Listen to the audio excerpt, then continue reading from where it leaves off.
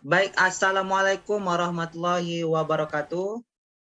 Yang kami hormati Bapak Pembimbing Mata Kuliah Pengantar Ekonomi Mikro, Bapak Rian Rahmat, dan teman-teman yang berbahagia.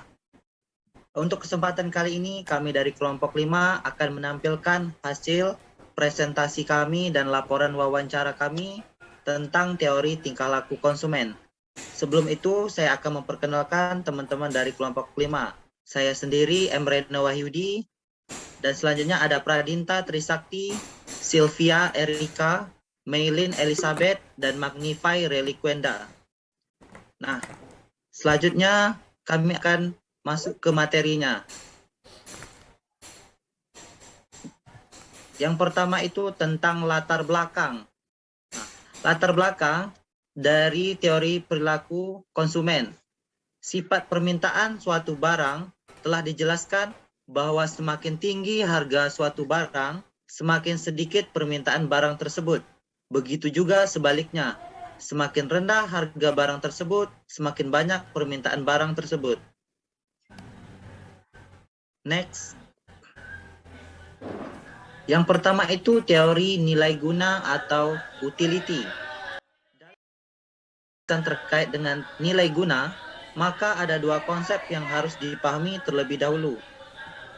Satu, penyebab konsumen membeli lebih banyak suatu barang pada harga yang rendah, dan sebaliknya. Yang kedua, konsumen menentukan jumlah dan komposisi barang yang dibeli dari pendapatan yang diperoleh. Selanjutnya itu tentang hipotesis nilai guna. Semakin tinggi kepuasan konsumen, maka semakin tinggi pula nilai guna. Nilai guna terbagi atas dua, yaitu nilai guna total dan nilai guna marginal. Untuk materi selanjutnya akan disampaikan oleh Magnify. Silakan Magnify. Kemudian pemaksimum nilai guna. Pada dasarnya, setiap orang akan berusaha untuk memaksimumkan kepuasan yang dapat dinikmatinya. Tingkat kepuasan maksimum itu akan dapat dicapai ketika nilai guna total mencapai tingkat maksimum atau titik paling tinggi. Kemudian syarat pemaksimum nilai guna. Dalam keadaan harga, berbagai barang berbeda. Syarat apa yang harus dipenuhi agar barang-barang yang dikonsumsi mampu memberikan nilai guna yang maksimum? Syaratnya adalah setiap rupiah yang dikeluarkan untuk membeli unit tambahan berbagai jenis barang akan memberikan nilai guna marginal yang sama besarnya. Next. Yang kedua yaitu teori konsumen menurut para ahli. Yang pertama menurut Shifran dan Kanu 2000 mengatakan bahwa teori ini adalah studi tentang bagaimana seseorang membuat keputusan untuk membelanjakan sumber daya yang mereka punya.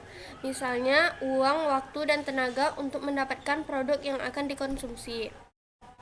Yang kedua yaitu menurut Kotler dan Keller 2008. Keduanya sepakat bahwa teori konsumen adalah sebuah studi yang mempelajari individu, kelompok, maupun organisasi dalam memilih, membeli, menggunakan, dan mengevaluasi produk untuk memuaskan kebutuhan dan keinginan mereka. Yang ketiga yaitu menurut Sewoman dan Michel Minor menyampaikan tentang perilaku konsumen menggunakan, membeli, dan menggunakan produk. Yang keempat, menurut hukum Gosen. Hukum Gosen merupakan teori ekonomi yang dikemukakan oleh Hermann Heinrich Gosen terbagi atas 3, yaitu Gosen 1, Gosen 2, dan Gosen 3.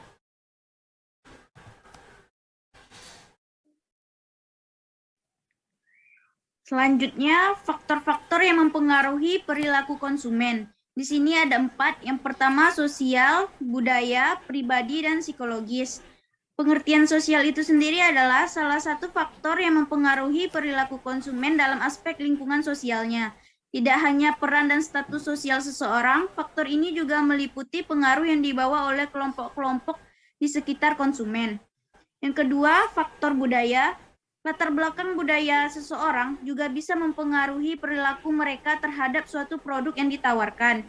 Tidak jarang, seseorang konsumen menjadikan aspek ini sebagai prioritas mereka dalam memilih sebuah produk. Aspek budaya yang dimaksud bisa meliputi adat, agama, ras, hingga stratifikasi sosial. Yang ketiga, pribadi. Faktor yang mempengaruhi perilaku konsumen adalah berasal dari pribadi konsumen itu sendiri. Beberapa variabel yang berkaitan dengan personal konsumen adalah aspek demografis, yaitu usia, jenis kelamin, besar pendapatan, dan lainnya. Di samping itu, minat dan inferensi individu sebagai konsumen juga masuk dalam faktor yang satu ini. Yang keempat, faktor psikologis. Sikap dan kepribadian seseorang termasuk dalam faktor psikologis yang juga bisa mempengaruhi mereka untuk mengambil keputusan terhadap sebuah produk. Salah satu variabel yang berkaitan dengan faktor psikologis adalah gaya hidup.